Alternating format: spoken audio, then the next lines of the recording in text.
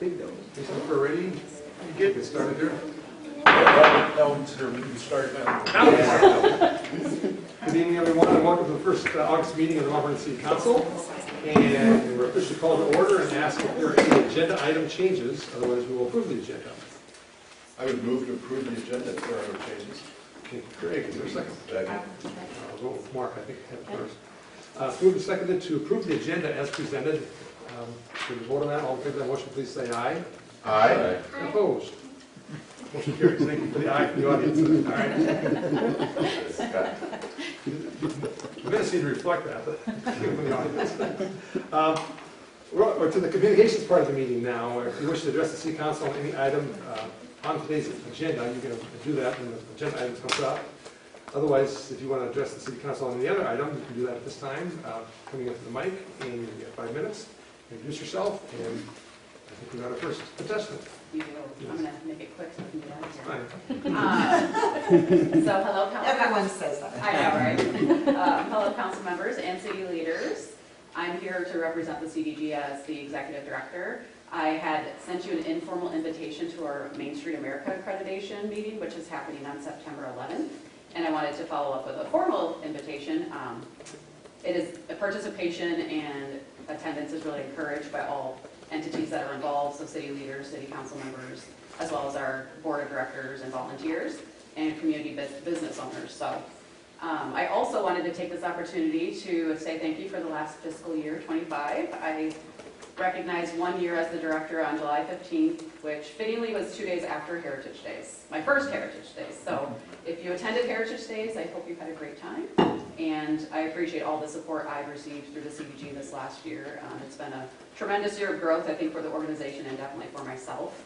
And so to close, I will just send you all a meeting invite for your specific time for the public partnerships with the Main Street America meeting, and that is with Jonathan Stone from Main Street. I just respectfully ask that you RSVP by Friday, August 15th, so I can finalize our agenda with Main Street. So if there's any questions, you can reach out to me. I don't think I received that. So I put like a hard copy in the city council box, so I don't know if You didn't email it then? no, not Okay. yet. No, because I wanted to kind of explain it to you. Fair Yeah, enough. but I can send the agenda and like a scope of what the occasion looks like. But it's a 50-minute meeting, and it will actually be happening here down on the chambers on September 11th. At what time? It would be at 10 to 10:50. Yep.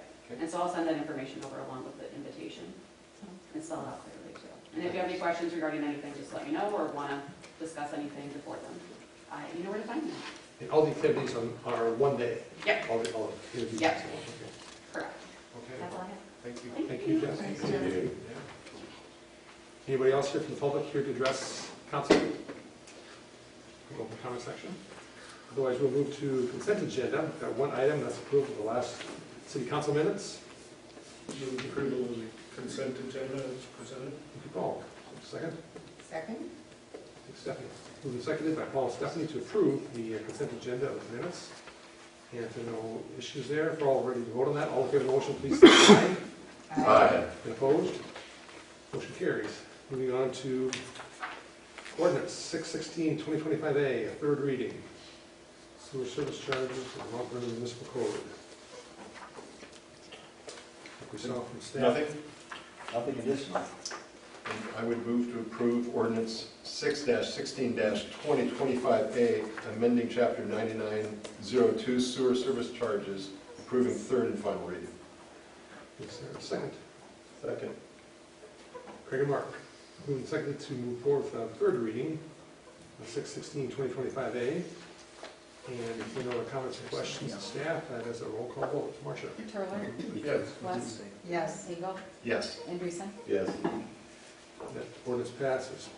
Next one is 7/7/2025A, water meters, Mount Vernon Municipal Code. The third and final reading of that particular ordinance as well. I move approval of ordinance 7-7-2025A, amending chapter 91 water meters of the Mount Vernon Municipal Code. Motion to approve the third and final reading. Second. Moved and seconded to forward the third reading on the water meter, amending chapter 91. And if there are no questions of staff, I think we're ready to vote on that with a roll call vote. Andreessen? Yes. Turler? Yes. West? Yes. Engel? Yes. And that ordinance passes as well. Third one is 7725B, amending chapter 106 of resource recovery and refuse of the Mount Vernon Municipal Code. We're also at third and final reading there as well. Any staff already? I did forward an email on to you today that I received. And then actually a couple emails, I believe. But that's the only communication I've had is since that. Any discussion on topic? Any, with the little group? Moving forward to the third one, third reading. I'd move approval of ordinance 7-2025B, amending chapter 106, resource recovery and refuge of the Mount Vernon Municipal Code. Motion to approve the third and final reading. Second. Thank you, Paul and Mark. Motion on the floor to approve the third and final reading of 77-2025B. If there are no questions of staff or anybody else, ready to vote on that? Marcia? Engel? Yes. Turler? Yes. West? Yes. Andreessen? Yes. That ordinance passes. Moving on to resolutions for approval. Establishing depositories of public funds, first of all, Hills Bank, I'll go through these individually. It's an annual process that we go through. Resolution 84-2025A. Probably no explanation needed? about Yeah. it? Standard? Other than my apologies for last year. Assume they took our funds and, I've done it 7 times, I lost count. The auditors are the ones that know the resolutions being adopted. But, all I can say is we normally do this in January. We had an election cycle where it changed in July, so we had some changeover with city meeting and then an appointment process. So we used to have the mayor pro tem listed prior to moving to a deputy city administrator. We replaced the mayor pro tem with the city administrator as far as signatories. So that's how we kind of got off cycle. We'll probably attempt with not this fiscal year, but next year, try and get back to that January cycle so it changes at the same time. No worries. So really, it's my fault. I will move to approve Resolution 8-4-2025A, establishing depositories of public funds with Hills Bank and Trust. Second. thank you, Steph and Craig. Move and seconded on the first one to approve Hills Bank and Trust. Do we need to go through a signature cycle on site at the bank, so for them? Nothing like that, okay, good. The motion for the resolution to approve 8-4-2025A, and if we are ready to vote. Engel? Yes. West? Yes. Andreessen? Yes. Turler? Yes. That resolution passes. Same pattern. Next is Bridge Bank. I will move to approve Resolution 8-4-2025B, establishing depositories of public funds with Bridge Community Bank. Second. Thank you, Mark and Paul. Moved and seconded on the 8-4-2025B for Bridge Community Bank as an official depository. And if we're ready to vote on that, Marcia? Turler? Yes. West? Yes. Engel? Yes. Andreessen? Yes. That resolution passes. Moving on to the third one with Mount Vernon Bank, same process here. I would move approval of Resolution 8-4-2025C, establishing depositories of public funds with the Mount Vernon Bank and Trust. I'll second. Thank you, too. Got a resolution on the floor for approval, Mount Vernon Bank. And if we're ready to vote on that, Marcia? Andreessen? Yes. Turler? Yes. West? Yes. Engel? Yes. That resolution passes. Moving on to motions for approval, consideration of claim list. I think Marcia got one out this afternoon. It's probably the most updated one. Any questions of the staff or Marcia from the I would move approval of the claims list as listed and amended by Marcia this afternoon. thank you, Craig. Is there a second? Second. Thank you, Paul. Moving second to pay the bills, claims list that was presented this afternoon. This is a voice vote. All in favor of that motion, please say aye. Aye. Aye. Opposed? Motion carries. Next item, I'll just take some consideration and discussion. I know Craig sent me some information about next meeting date. Monday, September 1st is going to be a holiday. We need to decide what day we want to move the official first meeting of September to. You can do it on Tuesday, I just can't be here for that, so.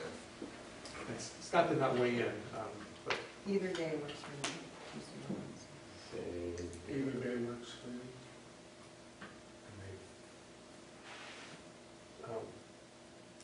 do we want to make a motion for a date? I would move that we move the Monday, September 1st, 2025 City Council meeting to Wednesday, September 3rd. I'll second. Thank you, Paul and Stephanie. Wednesday, September 3rd for the first meeting of September of the City Council. And I'm assuming that's all okay with staff. Okay. We're ready to vote on that motion. All in favor of Paul's motion, please say aye. Aye. And opposed? The motion carries. We've got that meeting set. J3 is discussion and consideration of Nelson Electric pay application, number 3, the Uptown Lighting Project. The application's in the amount of $104,914.16. We just got the program to do that internally. I have shared some emails with you regarding the timing of the banners, so if there is a desire to have that switch, please let me know. They have asked that it be placed on an agenda if there's support. If there's not, then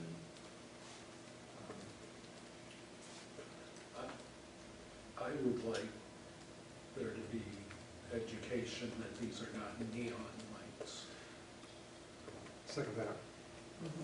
Just for clarity, that neon lights and high efficiency LED lights are very different.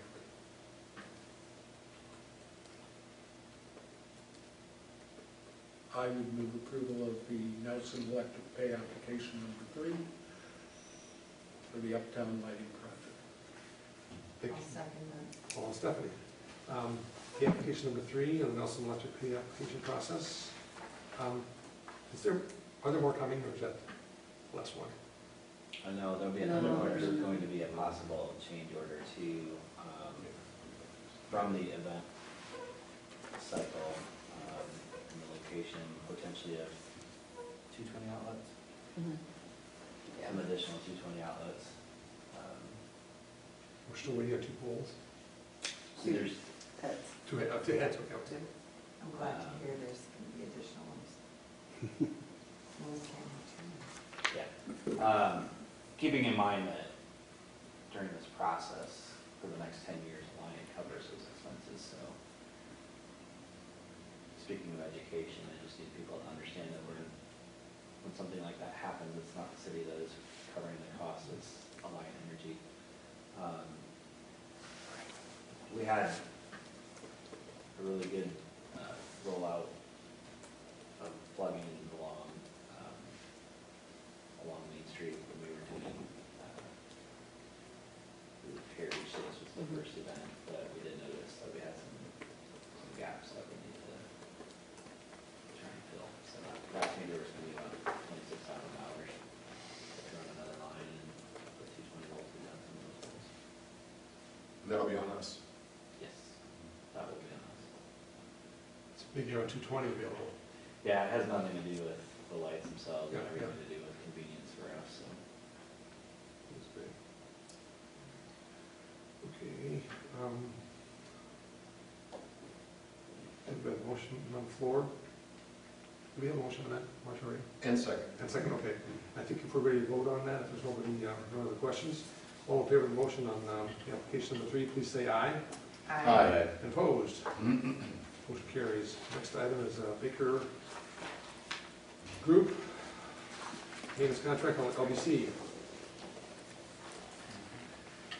They handle the annual maintenance for our HVAC system at the LBC. They also ensure that we don't lose any warranty-related items. They were the installer, so since they're gonna offer a 3-year contract, A lock-in. yeah, we're recommending we move forward with that. I would move approval of the maintenance contract at the LBC for $9,484 a year. Is there a second to that? Second. Craig Mark. Move and seconded to move forward with Baker Group on LDC maintenance. If there are questions of staff about that, ready to vote on that? All in favor of that motion, please say aye. Aye. And opposed? Motion carries. And J5 is discussion and consideration of catastrophic leave bank payout. Former Police Chief Shannon. Council action is needed. You technically already approved this, but at the last meeting, you approved him using it more of as an HSA to pay for his COBRA insurance. He's elected not to take that insurance, so it's just a difference of you would actually cut the check. I would move approval of the catastrophic leave bank payout for former police chief Shannon. I'll second. And seconded to move forward with catastrophic leave bank payout to Chief Shannon. And does that happen like pretty soon now? We're in the new fiscal year, so it happens quickly. Okay. Yes. No more questions? All in favor of that motion, please say aye. Aye. And opposed? Motion carries. Next is discussion and consideration of the MGA contract for the CDBG Downtown Revitalization Project. Can we have a quiz on this contract, please? Yeah, Darn it. I know. I'm so glad that you put in here, we will have our attorneys approve it. Yeah. So the motion tonight should be recommending approval of the contract subject to city attorney approval, because I guarantee they have not gone through this yet. I mean, even with the advent of artificial intelligence and having some reasons on, no.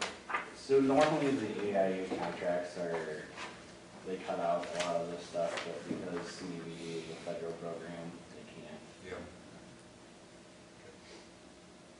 So we need to note that in their contract approval pending.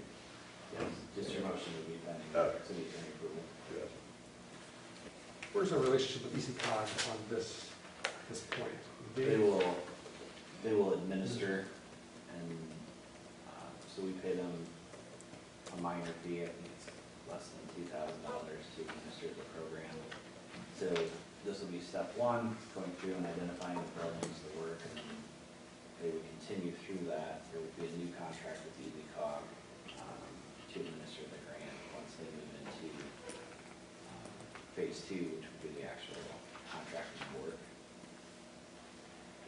As the buildings are done, who signs off on that approval? Is that city staff? Is that? So there'll be a multitude of individuals that will sign off. City will sign off, Lynn County will sign off on the building side of things.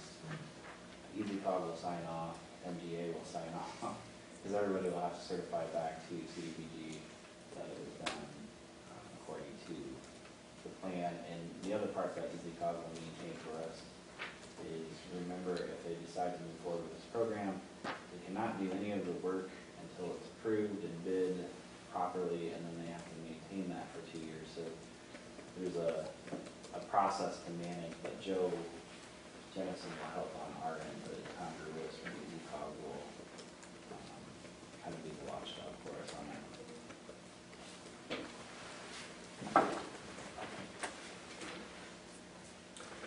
I would move approval of the MGA contract submitted for the downtown revitalization project in the amount of $35,400 plus expenses, subject to city attorney review. Thank you, Second. Paul and Stephanie. Martin Gardner, contract approval, seconded to move forward with that. Any other questions or comments about that program? We're going to vote on it. All in favor of the motion, please say aye. Aye. And opposed? Motion carries. Covered the motions for approval. Reports to file, discussion items with no action. Nature Park Quarry. So Staff want to start? The quarry has been a quandary in the almost 10 years that I've been here. One of the biggest challenges with the quarry is the fact that it doesn't have a water source. So the quarry level, the pond level, water levels fluctuate year to year depending on whether or not it's dry or not. Heat also plays a role in algae blooms and the vegetation. So, long story short, the city has done some things to mediate water quality at the quarry. We've introduced aerators that are solar powered. The solar power units sit on the island, and then the aerators are spread around that small island in the center of the quarry. We've also introduced biological organisms that feed on the decaying material that sits at the bottom of the quarry. So one of the things I need to point out is at one point they used to dump Christmas trees in the quarry. The vegetation that surrounds the quarry obviously adds to the problems. More vegetation builds up. This is why we introduced the organisms as more vegetation. Who was they, not Christmas trees in the quarry? The city, I believe. Yeah, that was Yeah. encouraged It's a tradition. as a, 40 years ago, I know. Fish have Yeah. Oh, okay. as a way to dispose of them locally and, That's when they call me too. Okay. yeah, Well, and, a good thing. yeah. Okay, fine. Good intentions. Yeah, I think, like I said, there's had the quarry had a mechanism to basically continuously feed it with water, and then the fact that it doesn't get dredged, those decaying materials don't get removed. Obviously, it leads to what we're seeing right now. So from a staff perspective, we have received kind of sporadic conversations, or had sporadic conversations with citizenry. I know Michelle and I have talked about it half a dozen times at least, about what to do in Nature Park, in the quarry specifically. So some of the things that we haven't done, that we can do, we can hire a firm to come in and mitigate. If we hire a firm to come in and mitigate, the DNR has informed Knott-Siders that they will step away from our quarry. Now, really about the only thing that they're providing us right now is they do stock the quarry if and when they have a fish kill, at little to no cost. If we hire a firm, they can come in and rake it. We can dye the pond. Back up for a minute. If they don't stock the quarry, what would it cost us to do it? To stock, probably less than what we spent introducing the organisms. Definitely less than Yeah. We did actually add grass carp last year, and we spent a couple $1,000. that. Yeah. Was it even that? Yeah, it was, I don't remember, but it wasn't, it was under 1,000. Yeah. So, we can add more grass carp. DNR definitely frowns upon that, especially in areas that can flood and then make their way into a waterway. But our understanding from them is that grass carp will not reproduce in a scenario like the quarry, but if they get into open water, they will. If this does flood, there is a small possibility that it can get into the creek that eventually would make its way to the Cedar River. But in the 10+ years, I've never seen, it would take a monumental rain event for it to flood over to that creek. I'm going to say this out loud, please don't shoot the messenger. There are environmentally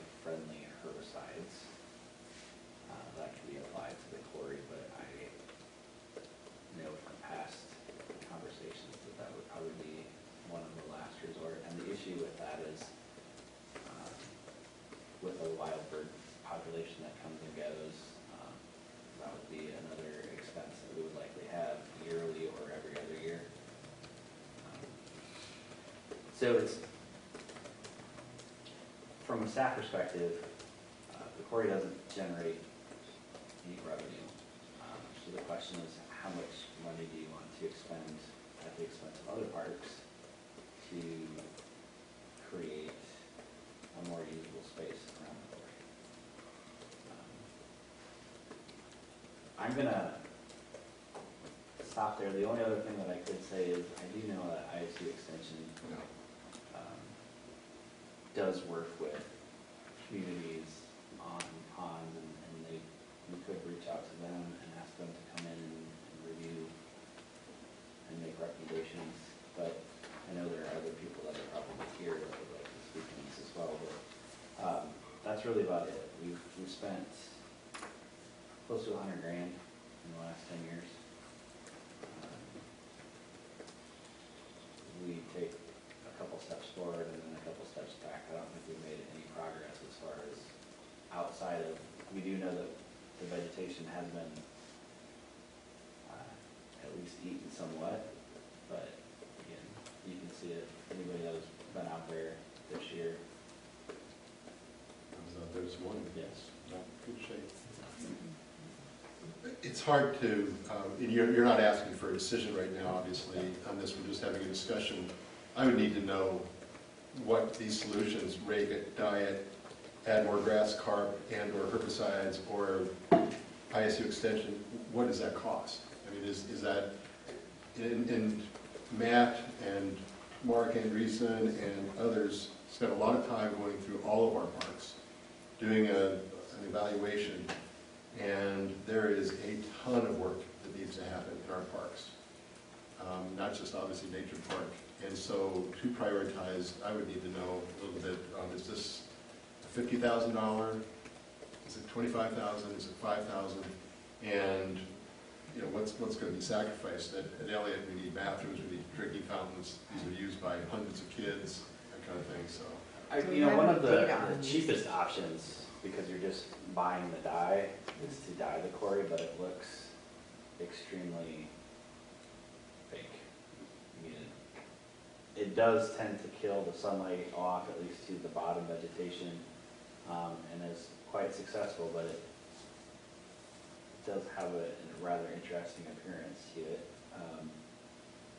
well, it has a pretty interesting appearance right now. Well, I mean, the comment that was made to me when I was first hired is Nature Park is a natural park, and they tried to limit the amount of human intervention.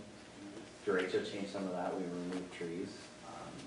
We've done some vegetation clearing in and around of the quarry to help. We're looking at potentially running a trail along the dog park to make a connection eventually back along Business 30. So we've had some intervention, but for the most part, it's kind of been a hands-off situation. Here's the other thing. It's actually against the ordinance to swim in the quarry. With the aerators, I definitely don't want children visiting the quarry when it's in the middle of winter because the ice is thin and brittle. So from a staff's perspective, is we want to encourage people to visit and utilize and potentially fish in the quarry, but that's about the extent that we would like to see happen. So as far as monetary, I mean, dyeing and adding grass carp is probably less than $5 grand. It's not that expensive. ISU extension depends on whether or not they would wrap it up into a class. I'm sure the expense would be somewhat minimal. I'd be interested in hearing what ISU extension would see as a solution. If they came back and said dye and grass carp and so on for less than $5,000, So, there's no natural spring feeding this. Huh. I guess I was ignorant all these years. not that huge, the water level, if it is, it's not a very, Clearly, it's not a very strong. because the water levels have, Because if there would, you would have runoff into the creek. If you have water coming in, it can't all evaporate. It would, at some point, find a way out. And the concept that nature park is a natural park is true, other than the fact that the quarry pond is a man-made correct. item, never intended to serve as a fish pond or anything when it was first developed. I know this is going to sound extreme, but, you know, what about filling it and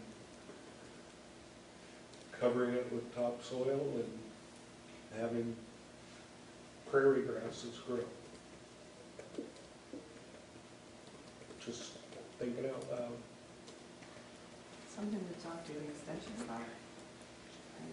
I like that idea of involving them. I do too, and if they could wrap it up and wrap it into like one of the lectures or something, and we could advertise it real well and get some, we got great community members that show up when, when issues like this come up, and perhaps we can get some real experts that could provide some insight as well too within our community. You're talking about tying it into the LBC lecture series? Yes, something similar to that, if not that, but That'd be appropriate. something similar to that. That'd be a low-cost type deal, obviously. And, yeah, just maybe see if that leads anywhere. Because I don't think we can just keep throwing a lot of money at it and when we're seeing what we're seeing today out of it after these years. Do we have any data on how many people are going out there in any way? I just have No idea. data other than just, you go out there every day. There's people walking it, dog park, disc golf, 4A trail, hiking. We do camps out there. I mean, it's, But I would be interested in data of actual use of the park, or of the pond, to fish or canoe or kayak. I really can't think of any other uses for that, because you can't swim in it, you can't ice skate on it in the winter, especially now. It has developed over time into more of a, for the lack of a better term, a money pit. And when you think about the needs of parks and recreation in the community that we've had identified, we haven't even enumerated costs to those.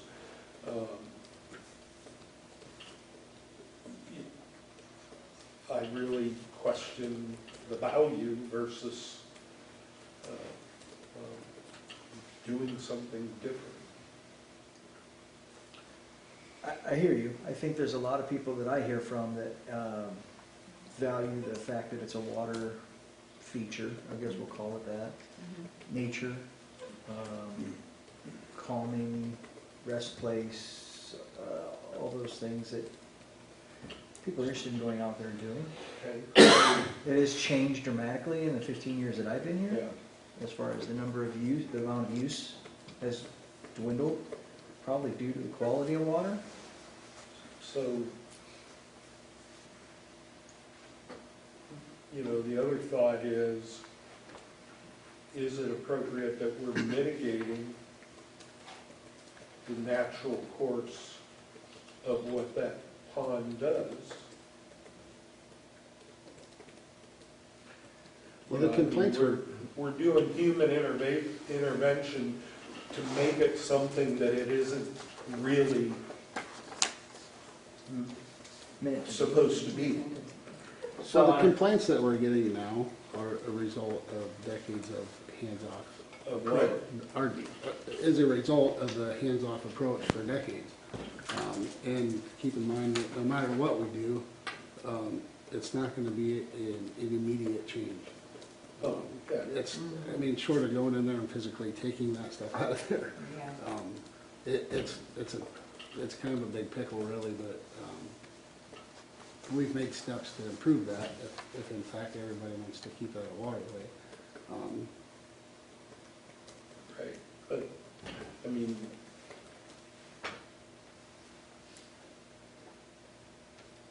cost benefit,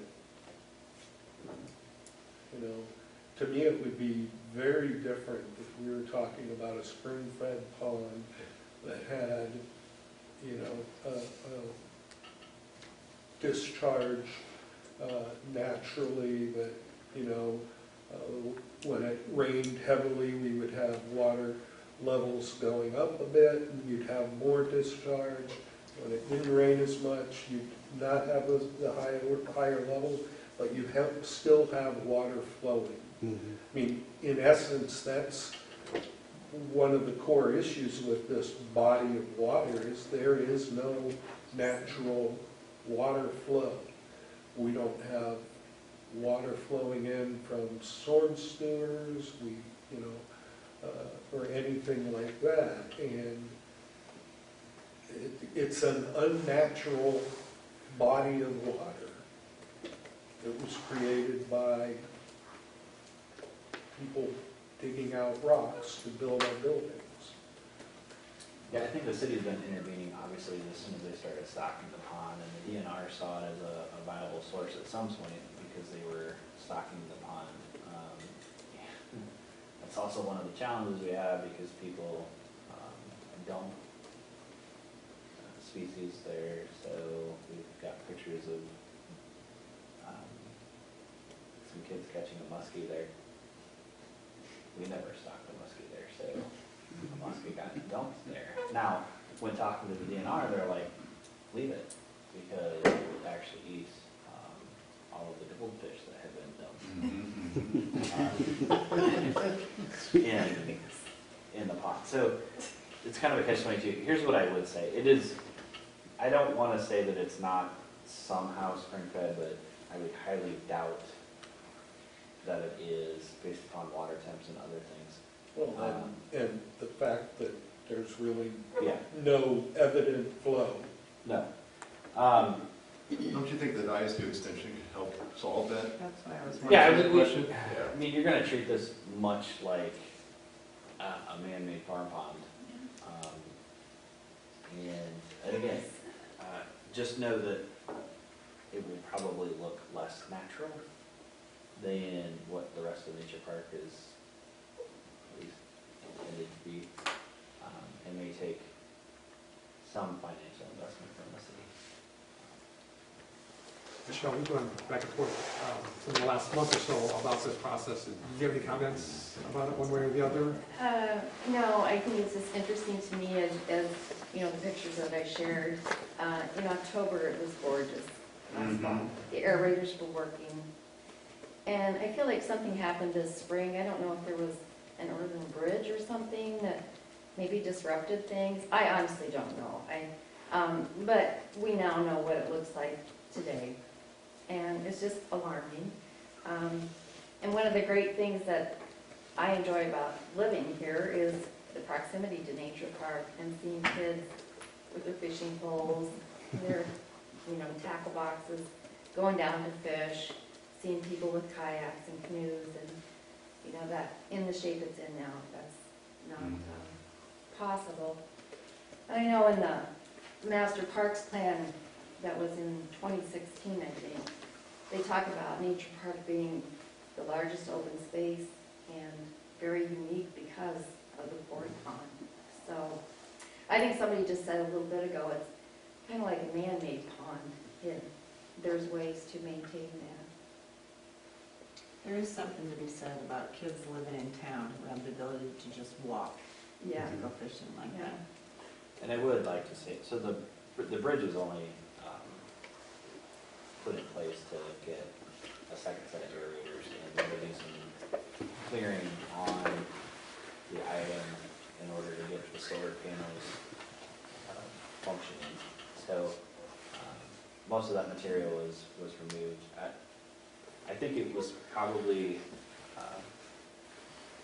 personally, I think it was, we got hot extremely early. We had an algae bloom out there, which was kind of unfortunate. And last year, water levels were significantly less because we saw less rainfall. I think the water levels had come back up just a little bit with the rain, but yeah, it, you know, it's kind But of, it's static, it is other stagnant. than what the area. Here's the thing, it would be in the same breadth as the pool. People tell me all the time, run the city like a business. You know, it's like, fine, we'll close the cemetery, the pool, and a number of other facilities, well, because none of them make any money, but the quarry would be another one of those expenses that theoretically you're going to invest some dollars out of the park budget on an annual basis in order to keep up with that program. So even if, let's just say for purposes that we look at dying the pond, it's something that has to be done more than one time. So it wouldn't make any sense to dye the pond, I don't believe, at least not from what I've read. At this point in the year, it should be done in the spring before all of that takes place, or the fall after it all dies off. But I would recommend, at least, I mean, the worst that can happen by reaching out to ISU Extension is for them to tell us that they're too busy and can't come out. But, And if they did, by the way, I would follow up with the question on who would you recommend we contact? Yeah, I'm in support of that. I should have qualified my questions with, I'm in support of that. I mean, in both states that I lived, Ohio and in Iowa, the extension services were amazing. You know, community had access to expertise that they would not have other ways, and you know, I clearly am supportive of that. I'm just spitballing other thoughts. And It's a low risk ask. Yeah, sure. Does that sound like a good next step? Would mention that there was a concerted letter writing campaign by 8th grade social studies, I think, boys, led by Jay Crow, thank you very much, for getting the quarry stocked with fish.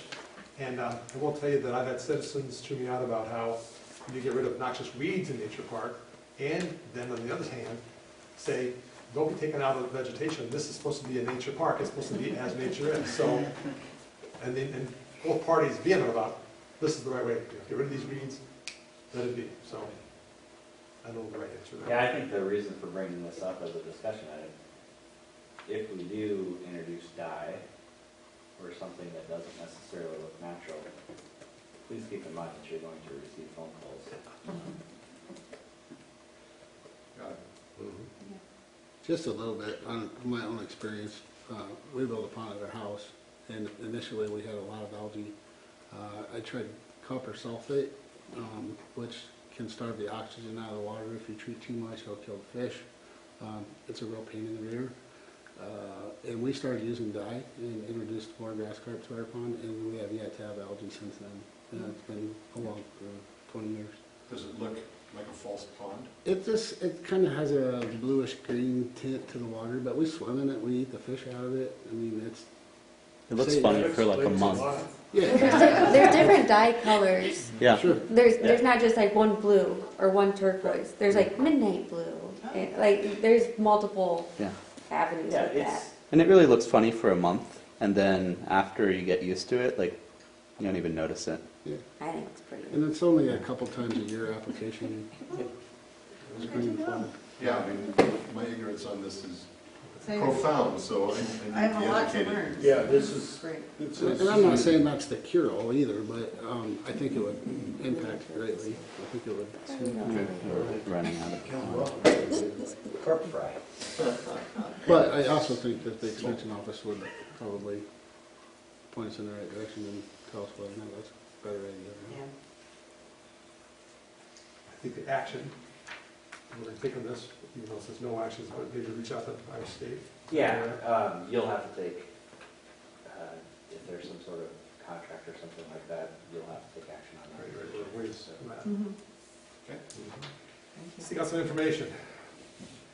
If we're done with that topic, any other comments about Corey? No. Okay. Thank you. Thanks for your thank you. presence here. Thanks for your Thanks for patience. giving Very me much. such a hot intention, thank you. Took me a while to get it on the agenda, but I didn't forget about it. Reports, Mayor, Council Administrator. Mayor, I probably mentioned three things. First of all, I attended a Lynn County Food Council meeting, and a lot of it was about food banks, food meal sites, lunch sites, and it was mostly mayors of the non-Cedar Rapids communities, the towns in Lynn County that are our size. And we are well served by Southeast Lynn on multiple levels. We feed probably 3 or 4 times more people at lunch on an average day than anybody else in town. We have a food bank that is, it's not a hallway, like that closet there. I mean, that some towns have. It's stocked and it's lit and it's amazing. So we are well served by Southeast Lynn, even to the tune of, after this meeting, that meeting on Thursday, I went to a ribbon cutting at another garden that was added to the inventory of Southeast Lynn Gardens, and this was at the Seeds of Faith Church in Lisbon. So there's 3 locations, I think, between the LBC and the LSC, Southeast Lynn, and so on. So it's incredible. So that was pretty good. Second thing was, I attended a Greater Cedar Rapids Community Foundation development meeting. Just be a placeholder there, and since we are a part of the Cooperative Community Foundation, we have our funds with the Greater Cedar Rapids Community Foundation, so that was good just to be involved with that. And I think tomorrow I'm going to attend a REAP meeting. It's Lynn County Conservation is giving out grants to 3 levels of cities, small, medium, and large. It's usually for track development, trail development, prairie development, and so on. Even though we don't have an ask in there this time, I want to be at the table because I've gone to these in the past years and kind of get a feel for what the process is involving. But soon we'll be getting to the point of having an ask once we have a little more direction on Bryant Road to the west towards Irish Lane, and we see where the funds from the Iowa Natural Heritage Foundation will weigh in and what we're going to do as far as land purchase and annexation and so on in that direction towards trail development. So I'll be at that meeting and not having asked for money, they'll probably be glad to see me there. So. Those are 3 things that are going on. Any other council reports, committee reports? Just to kind of piggyback off of you, being at the Seeds of Faith for the garden ribbon cutting was nice the other day. It's amazing to see what the community does and to put together this huge garden now that feeds so many people. I can't remember. You remember how many? They started with 60 pounds of food a few years ago. Thousands of pounds. Thousands of pounds of food that we provide each year. So that's just important stuff they always do, and it's just a tremendous team that they have on the executive board. I had the privilege of being on the strategic planning committee, which we did 6 months ago over the winter, and just some impressive stuff, and that was something that was on there, and they accomplished it this year. And on top of that, so just thank anybody there, and especially Nicole McAlexander, because she is truly amazing. We are so lucky. I was on that board for 7 years, and then I was on the visioning committee, probably prior to you, and they are doing some wonderful things. Yep. And they keep getting new people in on the board that are bringing new ideas, and I'm just really impressed with them. Yeah, it is. We're very lucky to have that, and just keep them going. So And just FYI, they're well supported by the community, Yes. which is what is so important, and we're so thankful for that. just that FYI, in the circle of events with that, Cindy Pospisil has always been really we communicate, usually in the spring. And so we did provide, thanks to all the residents of Mount Vernon, all the compost for the raised garden beds there. Yeah. So, yeah. It was Thanks, cool. Ellen. All right. I didn't see the plaque there. Does it help out? Any other council reports? City administrator. Any decision time for West Bertram? I think we're close, so they are working on an arrangement. I believe the three entities have at least decided on territory as far as who would be on calls at the same time as West Bertram. So there is going to be a delay. Now, I would expect 6 months to a year involving all four entities should have some sort of answer. Let's see. If you haven't been out to Sunbrook Park, Ooh, a lot of dirt. been moved out there, it will be a fairly flat surface when it's all said and done. We'll get it seeded yet this fall and hopefully see some growth come next spring. And then we'll be out of the office on Friday at a meeting of the North Iowa Regional City Managers Group in Cedar Falls. Okay. Any other reports, committees, staff? Anybody else? Otherwise, then we are adjourned. Thank you very much for your attendance here. Yeah. That's the first thing you're gonna say.